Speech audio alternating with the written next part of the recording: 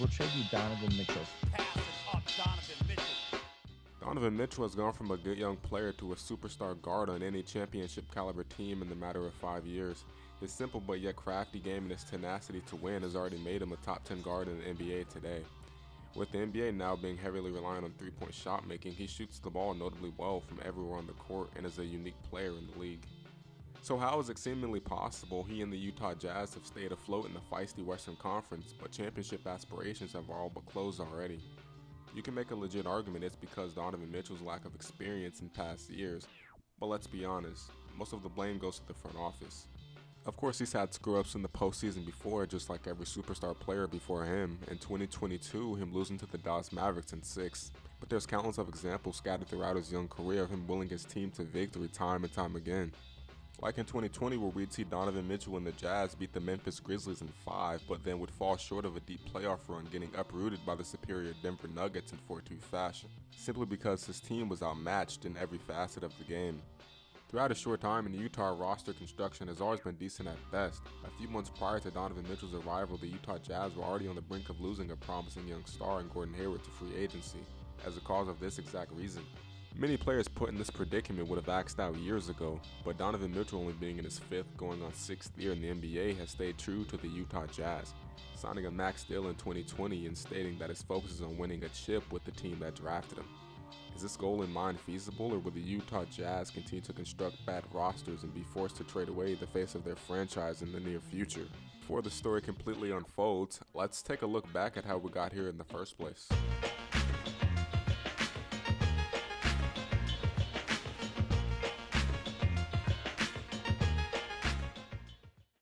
June 22nd, 2017, the Utah Jazz traded picks with the Denver Nuggets to select Donovan Mitchell with the 13th overall pick in the NBA draft.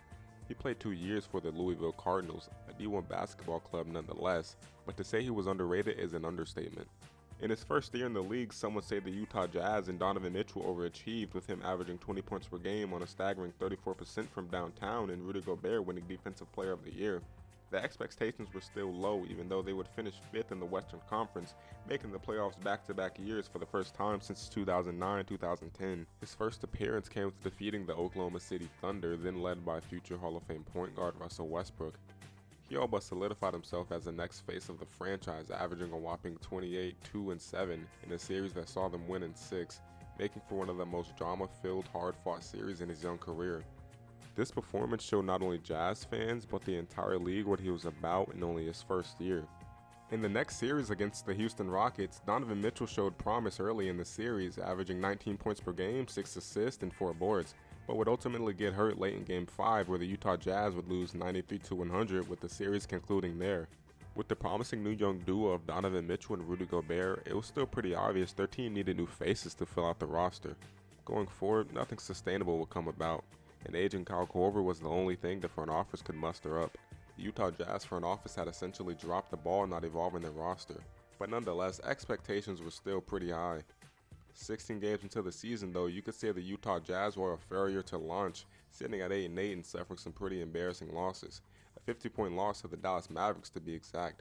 Eventually the Jazz would get over their early season slump, and while being plagued with injury all season, it would turn out to be a positive, propelling a 6-game win streak right before the All-Star break. But there was still one glaring problem. Donovan Mitchell was the end-all be-all. The gameplay was essentially to get him the ball and get out of the way. No one else on the team could create on their own or even get the offense moving. But thanks to Donovan Mitchell continuing to grow and expand his game to new levels, the team would stay afloat on his 23 points per game, 4 assists, and 4 boards, and eventually land the 5th seed for the 2nd year in a row. This was a year no one could blame on the Utah Jazz front office. Sure, Donovan Mitchell had improved immensely and Rudy Gobert won back-to-back Defensive Player of the Years, but with almost every player being hurt throughout the season to some degree, it left the team with no time to grow and get meaningful reps together. And when they arrived in the playoffs, their first round opponents were the Houston Rockets, and as you can guess, they got dismantled in 5 games. The 2019 offseason for the Utah Jazz was an interesting and eventful one. The Jazz were going for it, despite being a small market team that had drastically changed their roster from just over a year ago, adding Mike Conley, Bojan Bogdanovic, Ed Davis, Jeff Green, and Emmanuel Mudiay, a perfect pairing for the Gobert, Donovan Mitchell, Joe Ingles core foundation. To everyone's surprise, the Jazz had themselves one hell of a summer and were positioning themselves as a team that could go from a scrappy underdog tough playoff opponent to a legit contender. Expectations were at an all-time high. Jeff Green was a low-risk wing who could give you a random night of an actual acceptable level of basketball. Mike Conley was a much better scorer than Ricky Rubio and could take some pressure off of Donovan Mitchell. Bogdanovich was a much better shooter than Jay Crowder, and Donovan Mitchell was entering that ever so important year 3 leap, and if the Jazz wanted to accomplish anything this year, a year 3 explosion was going to be needed. The 2019 season for the Utah Jazz didn't go as planned. As we all know, on March 11th, 2020, the NBA season was suspended.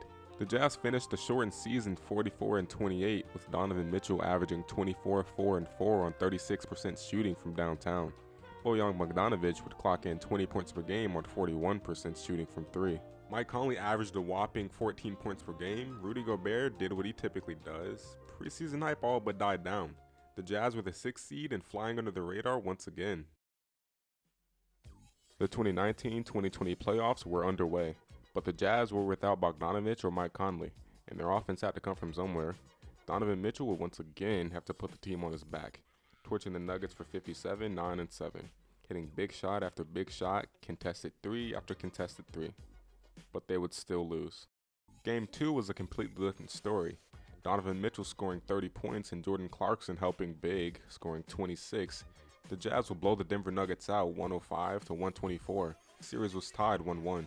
In Game 3, the Utah Jazz blew the Denver Nuggets out of the water, Donovan Mitchell only having to score 20 points. Rudy Gobert scored 24 points and 14 rebounds. Mike Conley rose to the occasion, scoring 27 points. The series was all but wraps from here. And thanks to another big game from Donovan Mitchell, the Jazz escaped with a 129-127 win to take a commanding 3-1 series lead. After losing Game 1 in overtime, the Jazz bounced back with 3 straight wins to take control of the series. Or so we thought.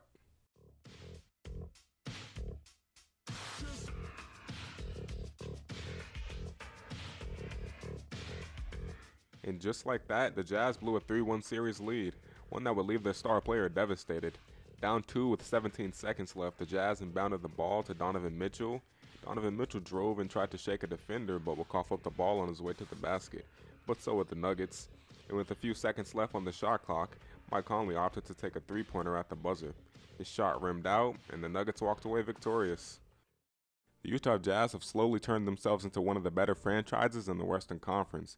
But after constantly disappointing in the playoffs and rapid change happening within the organization, it appears as if things are beginning to trend downward and unravel for them. Fantastic regular season moments, a couple of nice postseason moments, but no real signature run. Nothing really convincing for fans to bank on. They look awfully good in November when no hardware is handed out, but when the games start to matter most, the team always crumbles apart. I mean, Donovan Mitchell has been to the postseason every year of his career so far. Now in his 5th season, he's a 3-time All-Star, but he's only made it out of the first or second round twice in his career. He's never gone any deeper than that. It might seem a bit too early to be looking at a new destination, but with reports expecting Donovan Mitchell to eventually request a trade, why not?